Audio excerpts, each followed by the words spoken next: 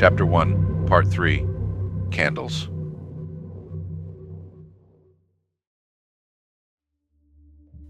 Luke stumbled over unknown objects inside the house. Bottles dropped and clattered as he navigated his way through the hall to the kitchen. He knew they kept a readily available flashlight there. The whole house was pitch black, and only slivers of light from the periodic flashes in the sky made it through the windows to aid him. His hand hit something he didn't expect, and something made of glass shattered by his foot. He froze in place, suddenly unnerved by the echoes of the glass. No, not so much from the sound itself, but from the realization that there was almost no other background noise at all. He was used to the typical suburban ambiance of cars passing by, music thumping from one of the rooms, the high-frequency pitch of television turned on, and even the airplanes overhead. It struck him as odd that he noticed these absences amid whatever was happening. There was too much quiet. Deep down there was something that told him he should be hearing cries for help. He tried to push the thought away. He was still very weak and ignored the momentary flood of worry to focus on his footing.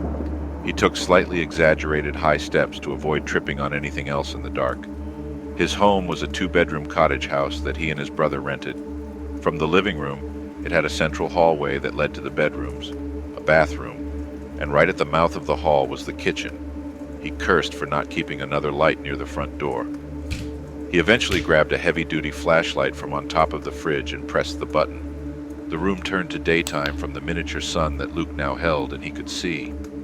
He was about to pan around the kitchen, looking for anything that may offer advice on what he should do next, but his search was stopped short.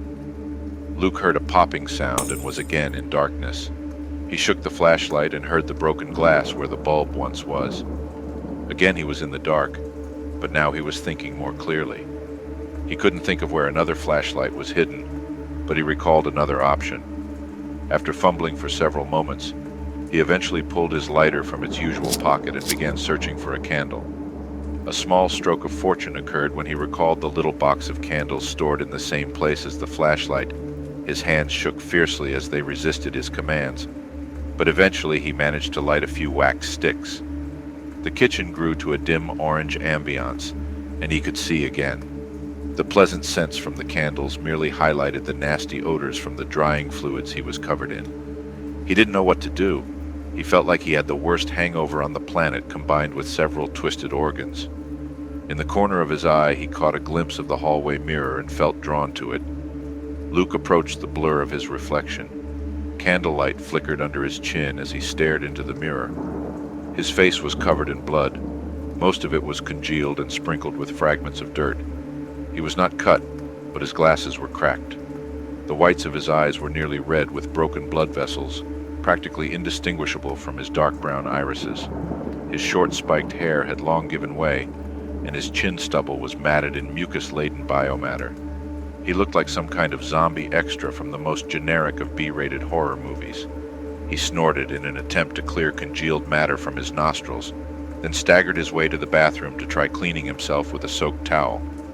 It provided a minimal improvement at best, but the act helped him further recover from the stupor. He became aware of noises coming from elsewhere.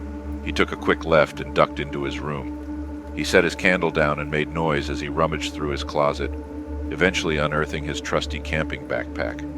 It was a medium-weight external frame pack. It was used for roughing it on many a hiking trip. He normally kept it in ready order as a casual to-go bag. Its pockets always contained some basic tools and a first aid kit. It wasn't exactly a bug-out bag, but it was the closest thing in the house to any sort of disaster gear, and his trusty and well-worn machete that was lashed to the pack made him feel more secure. The sounds were less dull now and more obvious. He heard other people making moans and assorted groans of pain. One was particularly close. "Hang in there, I'm coming," he assured whomever it was. He brought his gear back to the kitchen, where he tried to unfasten the snaps to open up the main compartment where he kept the first aid kit. His hands were still very numb, and it was difficult to effectively manipulate small things. In fact, his entire body seemed to resist every movement. The kit came out with a small bit of protest, and Luke realized there was probably very little in it that would be immediately useful. He took the candle and followed the sounds to the living room where he saw a girl weakly attempting to pick herself up off the floor. He didn't know her. She had come with his friend James, but he only vaguely recalled her name, perhaps Lisa or Allie. He wasn't sure. "Stay still. I'm getting help," he urged, yet was unsure of how exactly he could do that. Luke tried to support her by helping her frame sit upright, but she would immediately pitch to the side the moment he stopped aiding her. She was making a bubbling wheeze as she breathed. Periodically, she tried to cough something up, and all the while she seemed completely unaware of Luke's attempts at help. He had no idea what he could do for her. Ultimately, all he helped do was safely guide her back to the ground each time she gave up an attempt at sitting up. His eyes had somewhat adjusted to the candlelight, and he could see a bit better in the house now. Aside from this girl, there were two other people who were motionless in the room. One was Billy, and the other was Thomas, two high school friends of his. Luke tried to wake them, but they were both ice cold to the touch, and neither of them had even made the weakest attempt at breathing. He was pretty sure they were dead. Luke had never seen a dead person before, and he knew that registered somewhere inside, but he tried to freeze the emotion for later.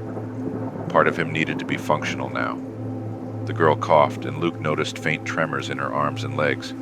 Did she have some kind of seizure? Did I? He didn't really know much about that sort of thing. He didn't know if seizure was even the right word.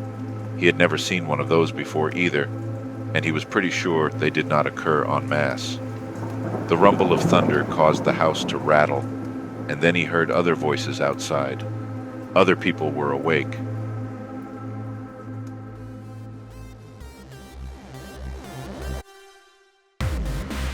Thank you for listening to this enhanced audiobook. Don't forget to like and subscribe. If you can't wait to find out what happens next, the full novel, A Dark Age Resurgent, by Michael J. Grasso, is available on Amazon.com. Links are in the description.